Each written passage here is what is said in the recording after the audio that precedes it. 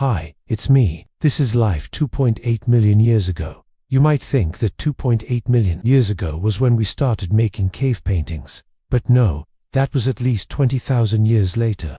In fact, life 2.8 million years ago was very different from what we know today. And you won't believe some of the things that roamed the earth. The year is about 2.8 million years ago, and you find yourself on the eastern edge of Africa. The Indian Ocean is warm and vast. Vast herds of animals roam the savannas, while early humans search for food, always on the lookout for predators. But what was life really like 2.8 million years ago? To answer that question, let's go back in time even further. Let's set the stage. 2.8 million years ago, the Earth was in the late Pliocene epoch. It was cooling and drying out. As a result, forests shrank and grasslands spread across Africa. Eventually, most of the forest would retreat to the Congo Basin and the eastern part of the continent, near the Great Rift Valley. The world was changing.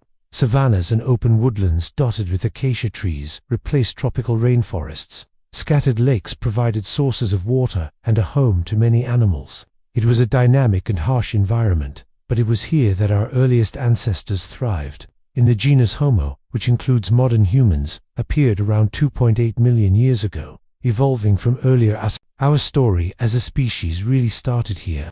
The first Homo fossils found in Ethiopia date back to 2.8 million years ago. A few weeks after our last video on life, 3.6 million years ago, we covered this incredible jawbone discovery. What makes it so special? Well, it's the earliest known jawbone of the genus Homo. It belonged to a creature that looked a bit like a chimp, but was more closely related to us than any other species alive today. With this new fossil, scientists are rethinking how the oldest members of our lineage lived and adapted. Now, because it's difficult to identify fossils from this time period, we don't know exactly what our ancestors looked like. Some scientists think they had short legs and ape-like bodies. Others argue they were more human-like. Regardless, we do know that they were small, no more than 4 feet, 1.2 meters tall, and weighed about 99 pounds, 45 kilograms. But what did they eat? Earlier, hominins mostly ate fruit and plants, but Homo was different. They likely had a more diverse diet that included roots, tubers, meat, and bone marrow. This diet required more energy to acquire and was more nutritious. Their teeth changed too. They became smaller with thicker enamel, which allowed them to crunch down on tougher foods. These hominins probably used rudimentary stone tools, although no actual tools from this time period have been discovered yet. The earliest undisputed stone tools date to about 2.6 million years ago.